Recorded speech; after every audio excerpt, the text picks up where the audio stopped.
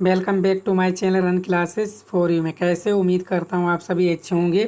ये आपका 2024 हिंदी का ऑफिशियल वायरल पेपर है, तो आप लोग जो है इसको अंत तक ज़रूर देखिएगा। सभी प्रश्न जो है आपके वायरल हैं और यही पेपर आपका फंसेगा 2024 के एग्ज़ाम में हिंदी का। तो यहाँ पर जो प्रश्न पत्र मिलता है उसके ऊपर आपको अपना रोल नंबर डालना होता है और साथ में अपना नाम डालना होता है। ये आपका प्रश्न पत्र का कोड है, ठीक है। हिंदी 2024 का ये वायरल पेपर है जो आपको अंत तक देखना पड़ेगा, ठीक है ना। चलिए, तो यहाँ पे जो समय मिलता है वो है आपको 3 घंटे 15 मिनट का। पूर्णांक होता है कितनी आपका 70 नंबर का पूर्णांक होता है। तो जो नोट पॉइंट है आपका क्या है कि प्रारंभ के 15 मिनट जो है आप सभी को प्रश्न पत्र पढ़ने के लिए निर्धारित है और निर्देश आपको क्या क्या दिए हैं। सभी प्रश्न जो है आपका अनिवार्य हैं, ऐसे ही आपके एग्जाम में आएगा। इस प्रश्न पत्र के 2 खंड, खंड आ तथा खंड बा हैं, यानी कि आपके जो प्रश्न पत्र के खंड क्या है, खंड आ है और खंड क्या है आपका बा, ठीक है। ये आपके प्रश्न पत्र के 2 खंडों में है। आपका खंड आ में क्या है, 1 अंक के 20 बहुविकल्पीय प्रश्न हैं जिनके उत्तर आपको ओएमआर सीट पर देना है। किस पर देना है, ओएमआर सीट उत्तर पत्रक पर ही देने हैं और कहीं पर भी कॉपी पर नहीं देना है। केवल आपको जो ओएमआर सीट मिलेगी वहीं पर आपको इसके उत्तर देने हैं। खंड आ के प्रत्येक प्रश्न का निर्देश पढ़कर केवल प्रदत्त ओएमआर उत्तर पत्रक पर ही उत्तर दें। ओएमआर द्वारा उत्तर पत्रक पर उत्तर देने के पश्चात उसे काटे नहीं, क्या नहीं करें, उसे काटे नहीं अथवा बाँटने का प्रयोग भी आप लोग ना करें, ठीक है। अगर आप ऐसा करते हो तो आपका जो होगा वो बिल्कुल जो है गलत कर दिया जाएगा, ठीक है। प्रश्न के अंक उसके सम्मुख अंकित हैं। खंड बा में जो है 50 अंक के आपके क्या हैं, वर्णनात्मक प्रश्न है जिनका उत्तर आपको अपनी उत्तर पुस्तिका पर देना होता है, ठीक है। प्रथम प्रश्न पत्र से आरंभ कीजिए और अंतिम प्रश्न तक करते जाइए। जो प्रश्न ना होता उस पर आप समय नष्ट ना कीजिएगा, ठीक है। सारे निर्देशों को आप लोग 15 मिनट तक पढ़ोगे और पेपर को देखोगे किस तरह का आपका पेपर है, ठीक है। चलिए शुरू करते हैं हम लोग। खंड आ, खंड क्या आ है आपका कितना, बहुविकल्पीय प्रश्न है जो है आपके 20 अंक के, 20 अंक के होंगे। तो चलिए शुरू करते हैं आज का हम पहला सवाल। बोला गया है कि निम्नलिखित कथनों में से कोई एक कथन सही है, पहचान कर लिखिए। पूरा प्रश्न हम लोग हल करने वाले हैं, ठीक है। आपको पहचान कर क्या करना है, लिखना। आचार्य रामचंद्र शुक्ल एक प्रख्यात नाटककार हैं। रामविलास शर्मा उपन्यासकार के रूप में प्रसिद्ध हैं। क्या भूलूं कि याद करूं कहानी विद्या की रचना है, या घा क्या है, अजंता के लेखक डॉक्टर भगवत शरण उपाध्याय हैं। तो कौन सा इसमें जो है विकल्प आपका सही है इन चारों में से। तो आचार्य रामचंद्र शुक्ल प्रख्यात नाटककार थे, बिल्कुल नहीं थे। रामविलास शर्मा बिल्कुल नहीं थे। और क्या बोलूं कहानी विद्या, बिल्कुल नहीं, ये नाटक है।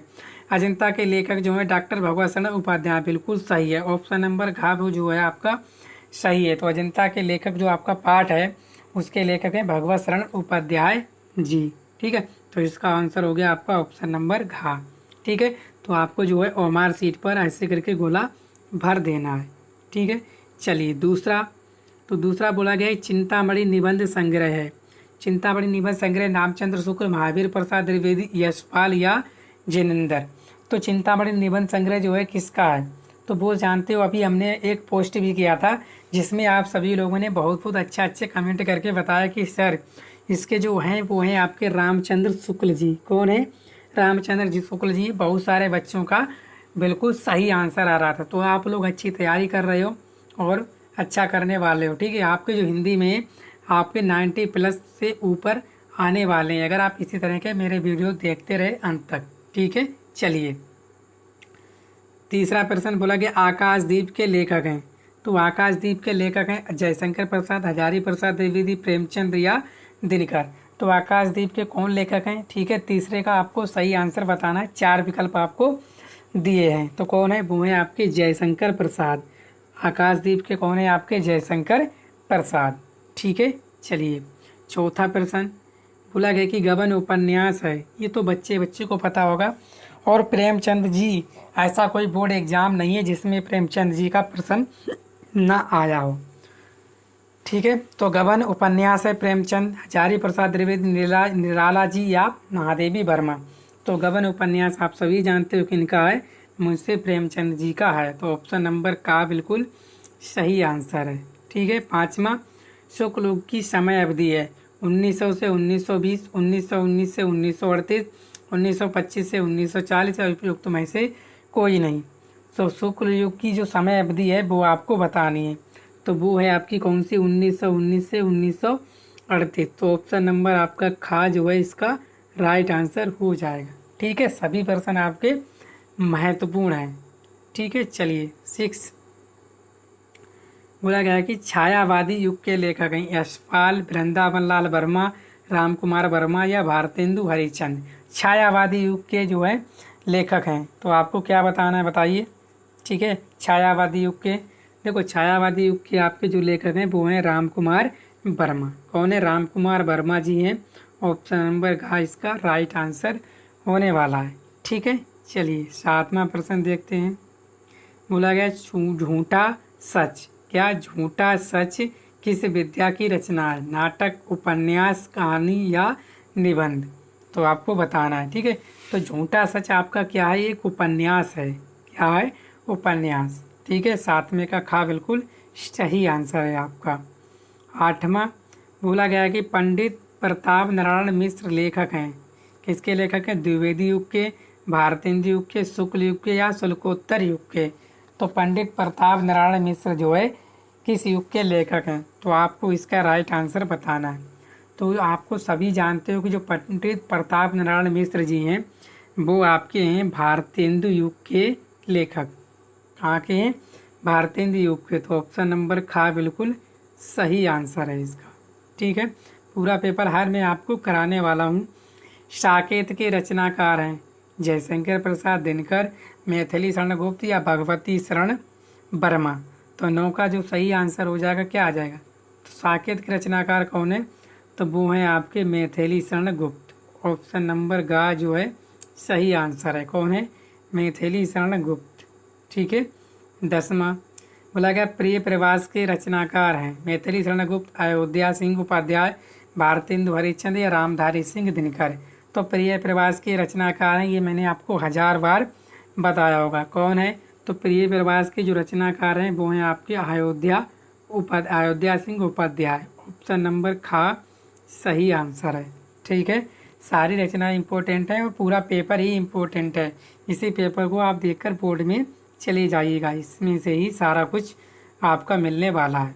ठीक है। 11वां हास्य रस का स्थायी भाव है शोक, भय, रौद्र या हास। तो हास्य रस का स्थायी भाव क्या है? तो आप सभी जानते हैं वो है हास। ठीक है। यानी दुख। आगे 12वां अनादर शब्द में कौन सा उपसर्ग लगा है? अन, अनु, आ या आ? अनादर शब्द में कौन सा उपसर्ग लगा है? तो अनादर में जो लगा है क्या हो जाएगा आपका? ऐसे लिखोगे, आप लिखोगे अन प्लस क्या लिखने वाले हो? आदर। ठीक है। तो कौन सा उपसर्ग लगा है आपका? अन।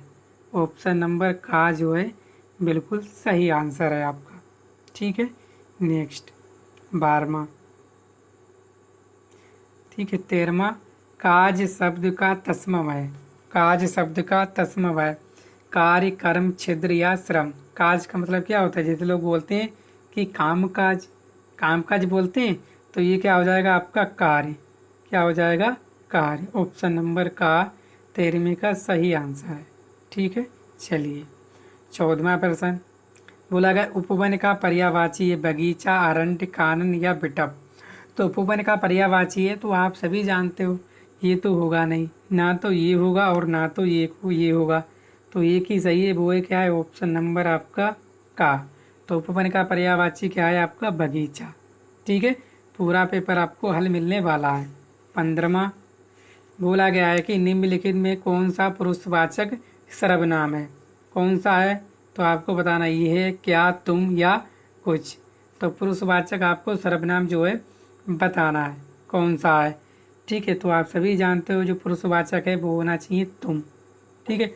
ऑप्शन नंबर गा जो है इसका राइट आंसर होने वाला है। ठीक है। 16वां प्रश्न देखते हैं हम लोग। ठीक है। 16वां क्या बोला गया? जहाँ पर उपमेय की किसी उपमान से गुणधर्म के आधार पर समानता की जाए वहाँ कौन सा अलंकार होता है? रूपक, अनुप्रास, उपमा या सलेस। तो कौन सा अलंकार होता है? तो आप सभी जानते हो जहाँ पर उपमेय की किसी उपांग से गुणधर्म के आधार पर समानता की जाए तो वहाँ आपका अलंकार कौन सा होता है? वो होता है आपका उपमा। ऑप्शन नंबर गा इसका राइट आंसर है। ठीक है, 17वां प्रश्न देखते हैं। रोला के प्रत्येक चरण में कितनी मात्राएं होती हैं? 16, 20, 28 या 24। तो रोला के प्रत्येक चरण में कितनी मात्राएं होती हैं आपकी? 24 मात्राएं होती हैं। कितनी होती हैं? 24। तो ऑप्शन नंबर गा बिल्कुल सही आंसर है। ठीक है, चलिए 18वां बोला गया जल थल में समास है। द्विगु समास, द्वंद्व समास, अव्यय भाव या कर्मधारय। तो जल थल में आपका कौन सा समास है? जहाँ पे आपको दिख जाए हाइफेन लगा हुआ और एक जैसे भी हों, ठीक है, तो वहाँ पर होता है आपका द्वंद्व समास। कौन सा होता है? द्वंद्व समास। तो ऑप्शन नंबर खा बिल्कुल सही आंसर है। ठीक है, 19वां बोला गया है कि युवों की विभक्ति एवं वचन। युवों की विभक्ति एवं वचन आपको बताना है। ठीक है, तो कौन सी हो जाएगी? युवों में जो है आपकी संतमी विभक्ति है और आपका द्विवचन है। तो ऑप्शन नंबर जो आपका खा है बिल्कुल सही आंसर है। ठीक है, चलिए 20वां आप, ठीक है, लास्ट बहुविकल्प भी आपका खीर का तस्मम है। क्षीर, क्षीर, खीर या खीर। तो खीर का आपका तस्मम मतलब सही क्या होगा? तो वो हो जाएगा आपका क्षीर। ठीक है, क्या हो जाएगा? क्षीर। ऑप्शन नंबर खा बिल्कुल सही आंसर है। तो उम्मीद करता हूँ आपको 20 बहुविकल्पीय प्रश्न अच्छे से समझ में आ गए होंगे। तो कमेंट बॉक्स में आप कमेंट करके बताइएगा कि आपने 20 में से कितने प्रश्न सही किए हैं। अगर 20 में से आपने 18 सही कर लिए तो आप समझ लीजिए आपकी तैयारी 1 नंबर की चल रही है। 15 अगर सही कर लिए तो आपकी एवरेज है, तो आपको और भी मेहनत करने की ज़रूरत है। ठीक है, चलिए अब हम करने वाले हैं आपका खंड बा, जो आपके वर्णनात्मक प्रश्न है और आपका जो है 50 अंक का पूछा जाएगा। बोला गया निम्नलिखित गद्यांशों में से किसी एक गद्यांश पर आधारित सभी प्रश्नों के उत्तर दीजिए। ठीक है, तो इसी में मैं आपको बताने वाला हूँ क्या है। तो इसमें है कि कुसंग का ज्वर मोस्ट इम्पोर्टेंट है, सबसे भयानक होता है। ये केवल नीति और सद्व्रत का ही नाश करता है, बल्कि बुद्धि का भी क्षय करता है। किसी युवा पुरुष की संगत यदि बुरी होगी तो उसके पैरों में बंधी चक्की के समान होगी, जो उसे दिन दिन अवनति के गड्ढे में गिराती जाएगी। और यदि अच्छी होगी तो सहारा देने वाली वायु के समान होगी, उसे निरंतर उन्नति की ओर उठाती जाएगी। तो जो आपका रेखांकित है यहाँ से लेकर जो यहाँ तक है, ठीक है, ये आपका रेखांकित है। तो इस पर आधारित आपको प्रश्न के उत्तर बताने होते हैं। तो सबसे पहले जो प्रश्न निकल के आता है वो आपका आता है कि उपयुक्त गद्यांश का जो है आपको क्या लिखना है? संदर्भ लिखना है। तो आपने पढ़ लिया कुसंग का ज्वर सबसे भयानक होता है। ठीक है, तो संदर्भ इसका क्या हो जाएगा? तो प्रस्तुत गद्यांश हमारी पाठ्य पुस्तक हिंदी के गद्य खंड में संकलित क्या है? आपका कौन सा चैप्टर है? मित्रता। कौन सा है आपका? मित्रता नामक पाठ से लिया गया है। और इसके लेखक कौन है? आचार्य रामचंद्र शुक्ल जी हैं। ये सब आपको लिख देना है। इसके बाद इसको आपको क्या करनी है? इसकी व्याख्या। व्याख्या मतलब रेखांकित अंश की क्या करनी है? आपको व्याख्या करनी है। तो ये वाला आपका रेखांकित है, तो ये यहाँ से यहाँ तक आपको क्या करनी है? व्याख्या करनी है। तो क्या हो जाएगा? बुरी संगत जो है आपकी क्या होती है? किसके समान होती है? ज्वर के समान होती है। यदि अच्छे गुणों का विनाश करने के साथ बुद्धि को भी नष्ट कर देती है। जो आपके अंदर अच्छे गुण होते हैं उनको भी विनाश करती है और साथ में क्या होती है? आपकी बुद्धि को भी नष्ट कर देती है। यदि किसी युवक की यदि किसी की युवक की संगति बुरी होगी तो वह पत्थर की चक्की की भांति उसके जो पैरों में होगी क्या होगी? बंधी होगी, है कि नहीं? और वह क्या करेगा? जो उसे दिन दिन दिन अवनति के गड्ढे में गिराती जाएगी। इसका मतलब ये हो गया कि क्या हो जाएगा? ठीक है, वह क्या हो जाएगा? गतिहीन हो जाएगा और उसकी बुद्धि नष्ट हो जाती है। वह दिन प्रतिदिन विनाश के गर्त में गिरता जाता है। किंतु यदि संगति अच्छी मिल जाए तो बुरी संगति में पड़ा व्यक्ति गर्त से निकलकर सारी बुराइयों को मुक्त होकर प्रगति के पथ पर चलता चला जाएगा। तो वैसे आपको इसका रेखांकित अंश की क्या लिखनी है, व्याख्या करनी है। ठीक है, मैंने आपको बता दी है।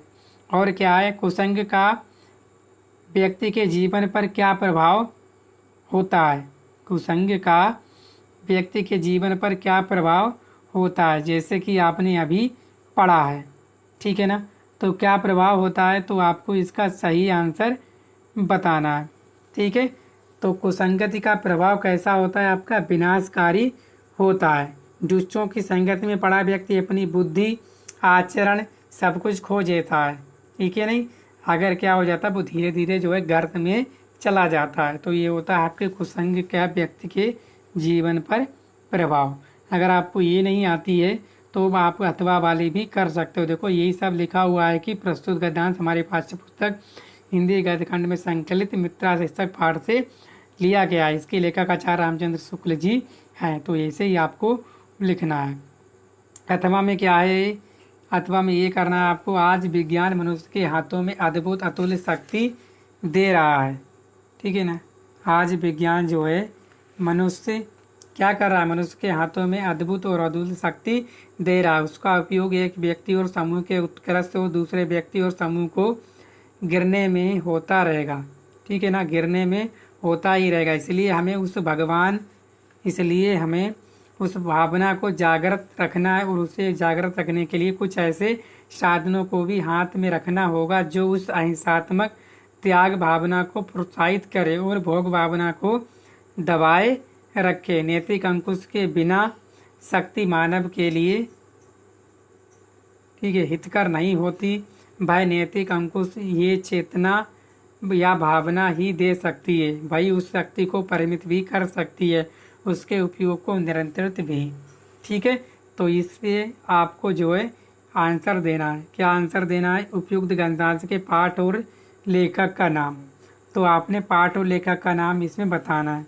तो उपयुक्त जो गद्यांश है हमारी पाठ्य पुस्तक हिंदी के गद्यकांड में संकलित क्या है, आपका भारतीय संस्कृत नामक पाठ से लिया गया है। क्या है, पाठ का नाम भारतीय संस्कृत के पाठ से लिया गया है। और आपके इसके लेखक कौन है, तो लेखक हैं डॉक्टर राजेंद्र प्रसाद जी। कौन है, डॉक्टर राजेंद्र प्रसाद जी। तो आपको जो है रेखांकित अंश की व्याख्या भी करनी है। तो रेखांकित अंश की व्याख्या आपको करनी है। ठीक है ना, ध्यान दोगे आप लोग। तो रेखांकित अंश की व्याख्या ये करनी है। क्या आज विज्ञान मनुष्य के हाथों में अद्भुत, कहाँ तक आपको प्रोत्साहित और भोग भावना, मतलब काफ़ी लंबा चौड़ा है, आपको यहाँ तक इसकी व्याख्या करनी है। आज विज्ञान मनुष्य के हाथों में अद्भुत और अद्वितीय शक्ति दे रहा है कि नहीं। आज का युग कैसा है, आपका विज्ञान का युग है। विज्ञान ने मनुष्य के हाथ में असीम क्या दी है, शक्ति दी है और उसे देता जा रहा है। कुछ लोग जो है इस शक्ति का जो है क्या कर रहे हैं, दुरुपयोग कर रहे हैं। ठीक है, और कुछ लोग क्या करते हैं, इसका जो है अपनी उन्नति के लिए करते हैं, यानी विकास के लिए करते हैं। ठीक है ना, आज व्यक्ति और जो है क्या है, आज व्यक्ति जो है विज्ञान के उपयोग से, ठीक है ना, सब कुछ क्या करना चाहता है, हथियाना चाहता है। किसके, अस्त्र शस्त्र के बल से। ठीक है, इसलिए जो है यही सब आपको जो है इसमें लिखना है।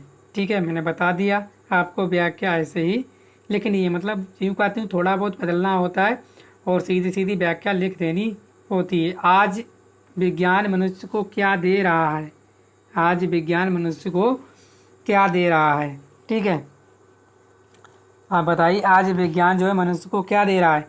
आज विज्ञान मनुष्य को अद्भुत और अतुल्य शक्ति दे रहा है। ऐसे ही आपको लिखना है। ठीक है, चलिए इसके बाद आपको क्या पूछा गया है कि निम्नलिखित पदांश पर आधारित प्रश्नों के उत्तर दीजिए।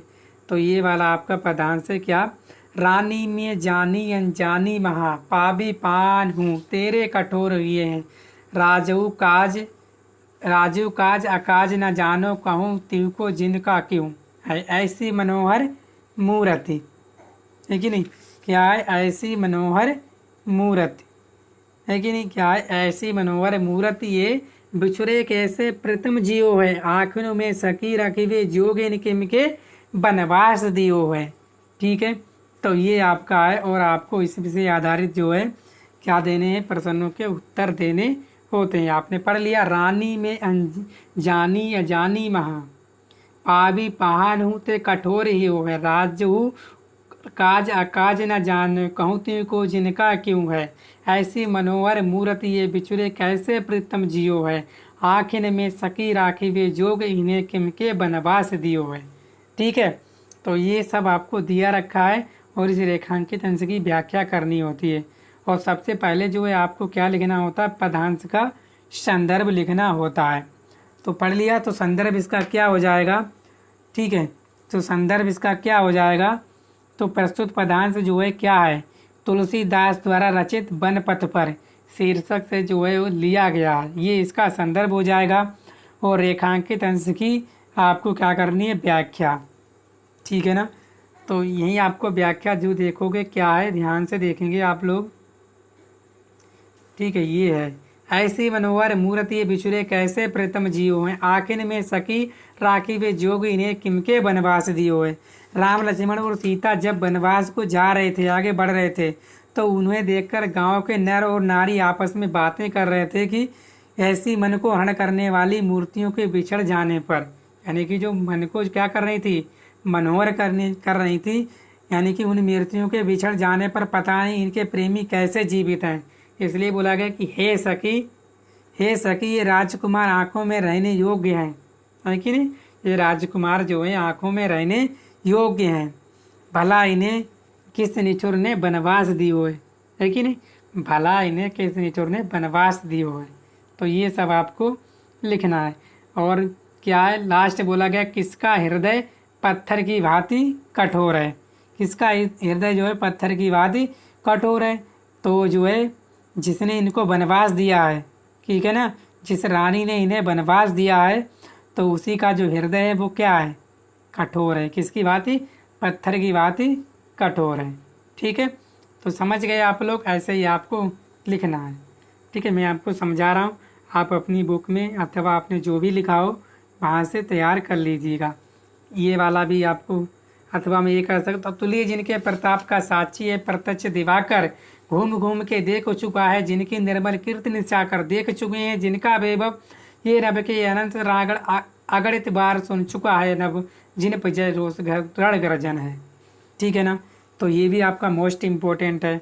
ठीक है, इसके भी आपको क्या देना है, इसका आपको क्या लिखना है, संदर्भ लिखना है, और इसके क्या है आपके प्रश्नों के उत्तर देने हैं। ठीक है, तीसरा ये क्या है आपका, तीसरा तो यम नगरी विविधमाणा संगम स्थली महात्मा बुद्ध तीर्थकर पार्श्वनाथा कबीर गोस्वामी तुलसी अन्य चा भैवा महात्मना।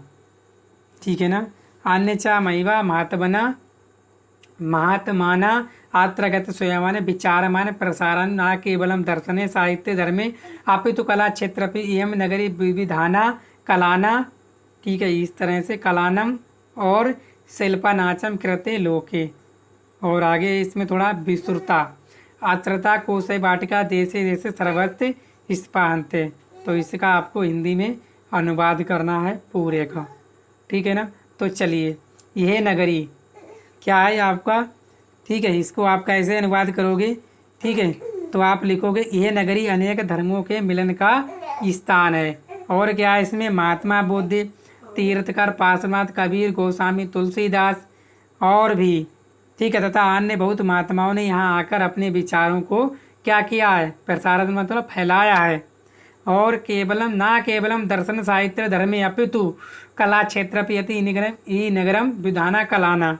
ठीक है, और ना केवल क्या दर्शन और साहित्य धर्म में नहीं बल्कि कला क्षेत्र में ये नगरी अनेक कलाओं और शिल्पों के लिए लोक क्या है, लोक प्रसिद्ध है। क्या है आपकी, लोके प्रसिद्ध। ठीक है, अत्रा कोसे वाटिका देशे देशे सर्वत्र क्या है आपका, रूपहाते इस्पहाते। ठीक है, तो ये आपको सब क्या हो जाएगा, इसका प्रसिद्ध है। यहाँ बनी हुई रेशम की साड़ियाँ देश में सब जगह पसंद की जाती हैं। ठीक है, तो इस तरह से आपको इसका लिखना है अनुवाद। ठीक है, चलिए, अथवा में आप ये लिख सकते हो क्या, एतस्मने काले तस्य ग्रामीण स ग्राम आगता सा भैंसा रेल यातना आवर्ते। ठीक है ना, और 100 ग्राम प्रति। ठीक है, तो ये भी आपको लिखना है, ये आप कैसे लिखोगे। ठीक है, ये भी मोस्ट इम्पोर्टेंट है आपका। ठीक है, तो इसको आपको लिखना है ठीक है ना। तो चलिए, समझ में आ गया आप लोगों को? समझ में आया है या नहीं आया पहले ये बताइए। समझ में आ गया ना। तो आप सभी जानते हो ये क्या है, आपका संस्कृत है, और ये आपकी क्या है, श्लोक है। इसका क्या लिखना है आपको, अर्थ लिखना है कि नहीं। यस्मिन् काले तस्य ग्राम से ग्राम आगतत सा बेलम रेखा अप्रत 100 ग्राम प्रति। ठीक है, आगे और भी होगा, इसमें पूरा नहीं है। ठीक है, पूरा आगे और होगा, ये है अचलत नागरिका लज्जित भूतपा प्रभुतम तृष्णाम आतिशयति सर्वे यात्रिणी बाजलम तब से नागरिका दर्शनम ऐसनम। यानी कि ये कहानी उस व्यक्ति की है। ठीक है, इसमें जो है सभी रेलगाड़ी में शिक्षित व्यक्ति जो है यात्रा कर रहे थे और एक अशिक्षित व्यक्ति था। ठीक है, तो वो उसको देखकर हंसी बना रहे थे शिक्षित लोग। तभी उसने अशिक्षित लोग था आदमी, उसने पहली पूछने का निर्णय लिया कि जो पहली बता पाएगा तो उसे 10 रुपये में दिए जाएंगे। और उसने, और जो अशिक्षित हुआ था उसने कहा था कि मुझे मैं अज्ञानी हूँ, तो मुझे आप अगर मैं ना पहली बता पाऊँ तो मुझे 5 रुपये दे दीजिएगा। ठीक है, तो ये इनमें जो है वार्तालाप हुआ था। ठीक है ना। तो ये सब जो है क्या हुआ था, इन्हें वार्तालाप इन सभी में हुआ था। तो आप सभी जानते हो ये आपके पाठ का नाम क्या है, प्रबुद्धो ग्रामीणा, यानी कि चतुर ग्रामीण, ये आपके पाठ का नाम है कि नहीं। और जो है नाम इसी से लिया गया है। और क्या है इसी समय उसका जो है उसने पहली पूछी और क्या हो गया, उसने आंसर दे दिया और उसने 10 रुपये ले लिए। क्या पता कि जो है बिना पैर के भी दूर तक चला जाता है। तो उसका जो पहली का आंसर था पत्र। ठीक है, तो उसका जो गांव आ गया उसी समय बहसता हुआ क्या हुआ, रेलगाड़ी से नीचे उतर गया, है कि नहीं, और अपने गांव की ओर चल दिया। जो नागरिक थे वो लज्जा महसूस करने लगे।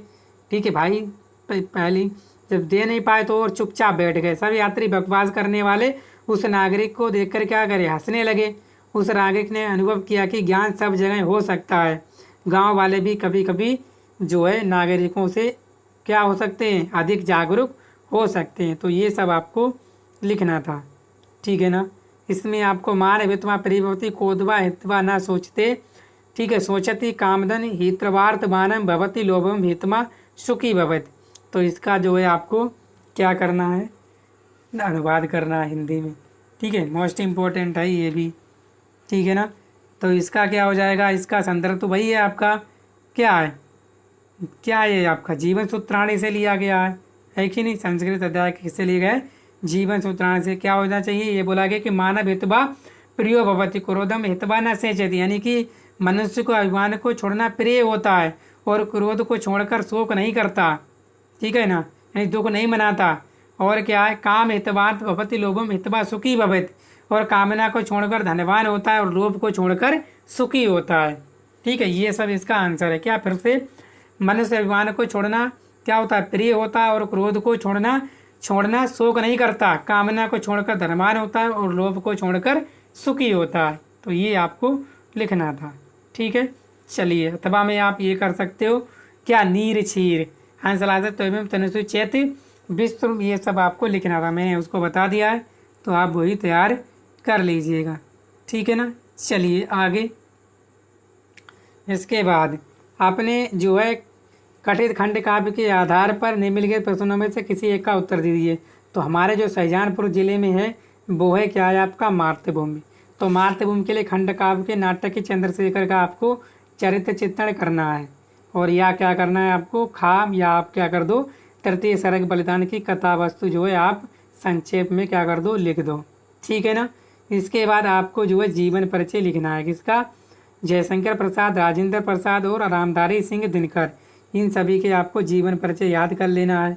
ठीक है ना। जयशंकर प्रसाद जी हैं, ठीक है ना, और राजेंद्र प्रसाद जी और रामधारी सिंह दिनकर, इन तीनों के जीवन परिचय आप तैयार कर लीजिएगा। यही आपको देखने को मिलेंगे एग्जाम में। इसके बाद आपका क्या है, प्रधान जो होता है कवियों के जीवन परिचय और उनकी एक प्रमुख रचना। ठीक है, कौन कौन से तैयार करने हैं। ठीक है, सूर्य तुलसी बिहारी, इनसे बोर्ड परीक्षा आ रही। तो तुलसीदास, सुमित्रानंदन पंत, ठीक है, और आप माधवी वर्मा और रसखान, इन सभी को आप तैयार कर सकते हो। इन्हीं चारों को तैयार कर लीजिए, आपका एग्जाम में आ जाएगा। साथ में आपको क्या करना, एक स्कूल लिखना है जो आपके प्रश्न पत्र में ना आया हो। ठीक है, चलिए। और 8वें प्रश्न में क्या है कि किन्हीं दो प्रश्नों के उत्तर आपको संस्कृत में देना है। तो बाणासुर नगर की कुत्र स्थिता अस्ति कहाँ स्थित है आपकी गंगा में, यानी कहाँ स्थित है आपकी गंगा। ठीक है, यानी कि आपकी वाराणसी जो नगरी है वो कहाँ है, गंगा संगम में स्थित है, यही तो है आपकी। इस तरह से आपको जो है संस्कृत में सभी के जो है क्या देने, उत्तर देने हैं। ठीक है, मोस्ट इम्पोर्टेंट है आपका, इसीलिए मैं बता रहा हूँ आप लोगों को। सब चीज़ें आप क्या कर लो, तैयार कर लीजिए। वाराणसी नगरी कुत्र स्थिता अस्ति, तो कहाँ स्थित है आपकी वाराणसी गंगाए कूले स्थिता, कहाँ है आपकी गंगाए, कहाँ है आपकी गंगाया। ठीक है, यहाँ लिख दीजिए गंगाया। तो इस तरह से आपका राइट आंसर हो जाएगा। ठीक है, खा बोला गया कि न्यायाधीशा का आसीत, जो न्यायाधीश था वो का आसीत। तो न्यायाधीश यहाँ लिखोगे आप, ये लिख दोगे पूरा, यहाँ सस्य कर दोगे का आसीत। का मतलब क्या था, पीठे, पीठे लिख दो, चाहे आप ब्रैकेट में क्या लिख सकते हो, आसने, आसने आसीत। ठीक है, इस तरह से आप आंसर दे पाओगे। भारतीय संस्कृत मूलम किम अस्ति, जो भारतीय संस्कृत है मूलम किम अस्ति, तो बताइएगा। ठीक है ना, तो जो विश्व स्पष्टा ईश्वरा एका एवं अस्ति इति भारतीय संस्कृत मूलम अस्ति, यानी कि विश्व के जो सभी ईश्वर हैं वो एक ही जगह, ये हमारी भारतीय संस्कृत में है। ठीक है, इसके बाद आपको क्या लिखना है, पदेन बिना किम दूर आती, तो पदेन बिना जो है आपका पत्रम दूरम याति। ठीक है, तो सभी प्रश्नों को मैंने आंसर सहित आपको बता दिया, ये आपके बोर्ड में आएगा। तो निम्नलिखित विषय पर आपको जो है निबंध लिखना है, आतंकवाद की समस्या और समाधान, और देश प्रेम, और विज्ञान अभिशाप या वरदान, और घ नंबर पे आप पर्यावरण प्रदूषण।